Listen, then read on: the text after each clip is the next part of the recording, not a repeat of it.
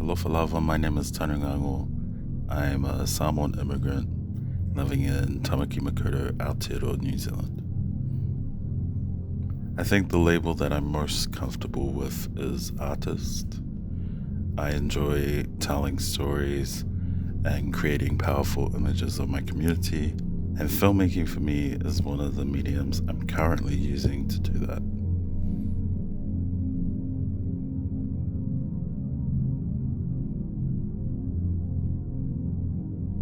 So I was born in Samoa in 1983, and I migrated to Aotearoa as an infant.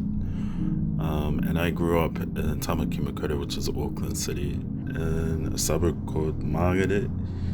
South Auckland has one of the largest Pacific Island communities, and so there's a lot of immigrants who are living here from Melanesia, Micronesia, and Polynesia. A lot of Pacific people immigrated here as part of the first wave of migration in the 1940s.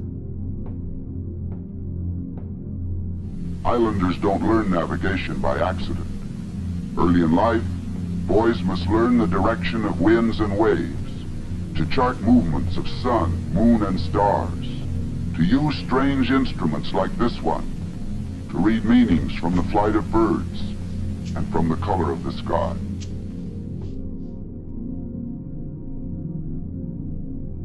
It's kind of marred by a lot of stereotypes around the social economics of what it means to come from a predominantly brown community.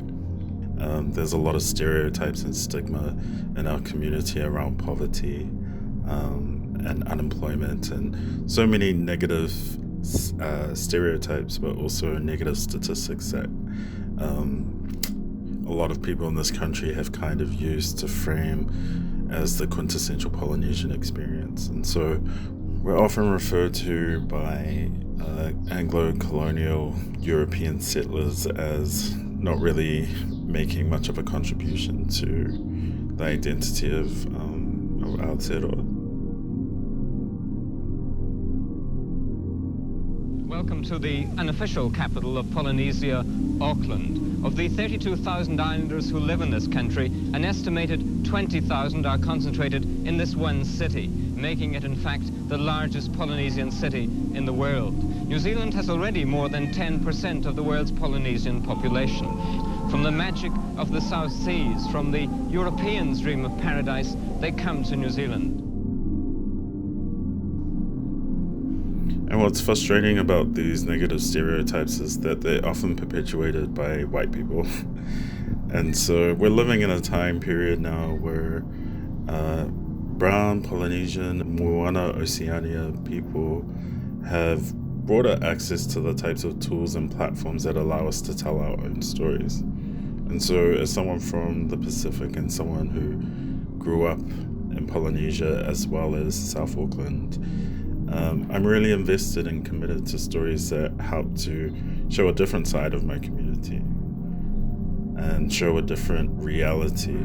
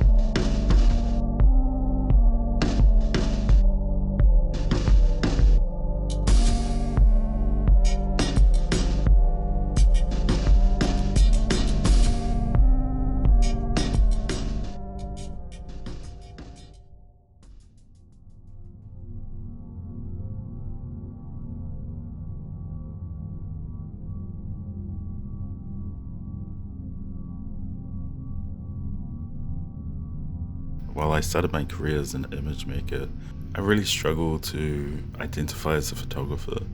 And that's mostly because my photography practice is mostly like a stepping stone towards a deeper understanding or a richer understanding and perspective of my moving image practice. But photography has been a really incredible tool in being able to like investigate representation and investigate certain ideas around identity and explore what it means to be a Pacific Island person, a Polynesian male, and also someone who identifies as queer.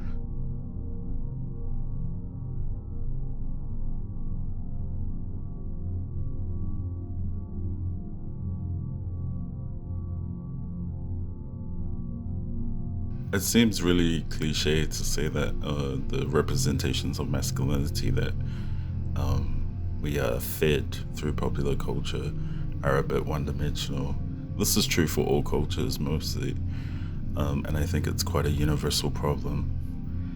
But what I find interesting is that Pacific masculinity is often equated most of the times to our body.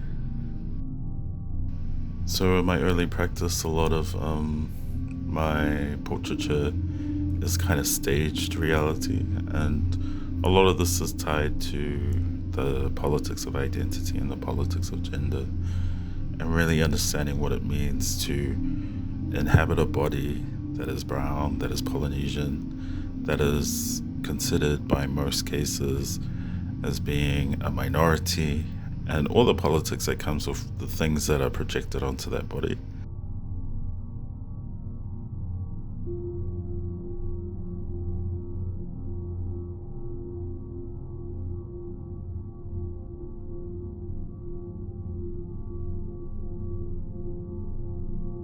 To tell you the truth, a lot of portrayals of modern Pacific life can often be problematic and borderline racist.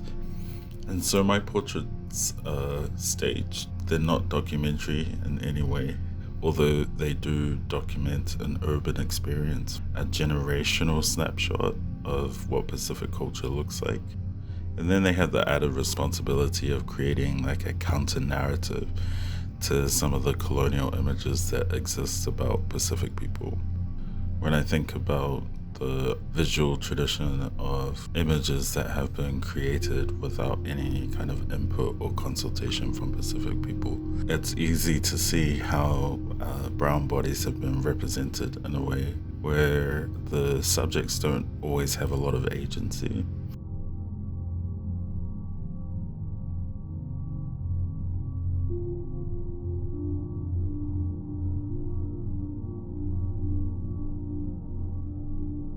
Just looking at the intention behind my practice, I would say that the images I'm interested in creating are all about reclaiming what it means to visually present your identity and your and who you are. Also to create like a space where you can imagine yourself and your people in a totally different context. I think I'm far more interested in that. I'm definitely interested in occupying spaces where we don't traditionally belong, and where people don't expect us to go. And I think one way we're able to do that as a culture is by creating these images and creating ourselves into existence. These animations are just some things that I've made in collaboration with live performance artists. Some of them are used for activations, and some of them are used for entire theater productions, and some of them are just a bunch of moving image content that I made for some parties that we host here in Auckland.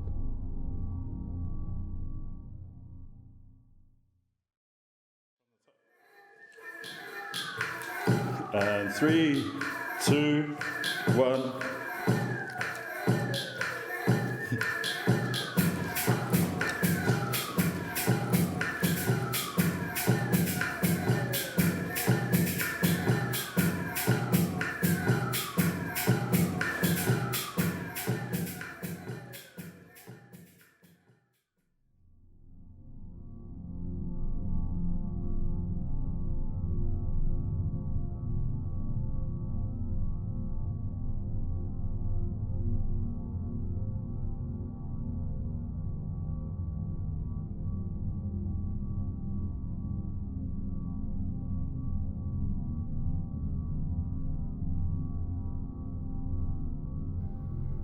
What I appreciate about lens-based mediums such as film and photography is that they help you to deconstruct old ideas and to rebuild them in new, hybrid, interesting ways. And I'm less concerned about technical skill and vocation because for me, those things are practice-based. You can learn them and you can enhance your skill through trial and error and experimentation, or just from doing the same thing over and over again. And truthfully, I'm just more interested in human emotion, the environment and the social structures like race and class. And community, for me, has just as much cultural currency and value as, say, a painting or a performance. You'll find that the people who think community is a novelty are the same people and artists who fail to see that relationships and connections are actually what the artwork is about.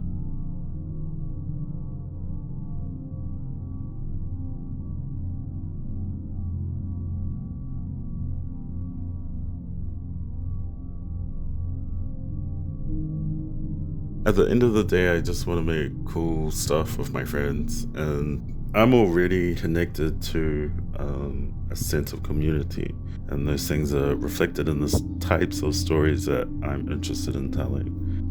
The body is always present, gender is always a conversation, and representation still matters.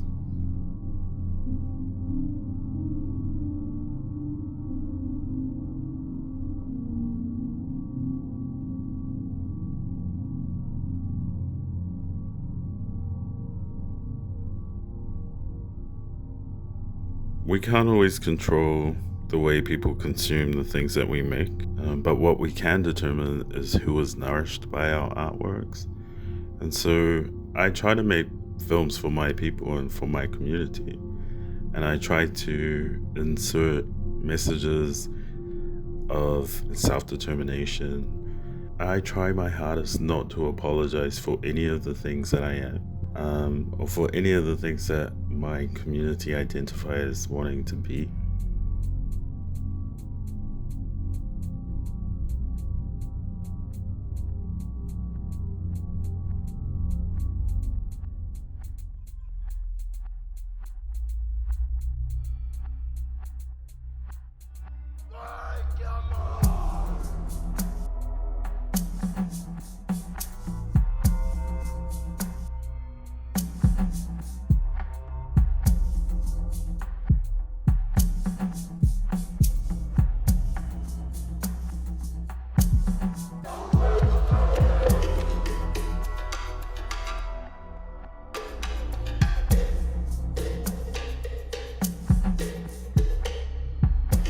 The conversations that artists like myself are engaged in have been ongoing since, the first migration. It's things that my grandparents dealt with, it's things that my parents dealt with. Some of those things have gotten better and some of those things have changed, but mostly I don't think the struggle ends. I think it just gets different and more refined and more articulated to the people of their time. And I'm just at a point in my career where I'm really keen to exercise my active refusal to take that on board and to accept that as my truth, whether it's an image of my community or a piece of costume. I hope that these things capture that spirit and that attitude.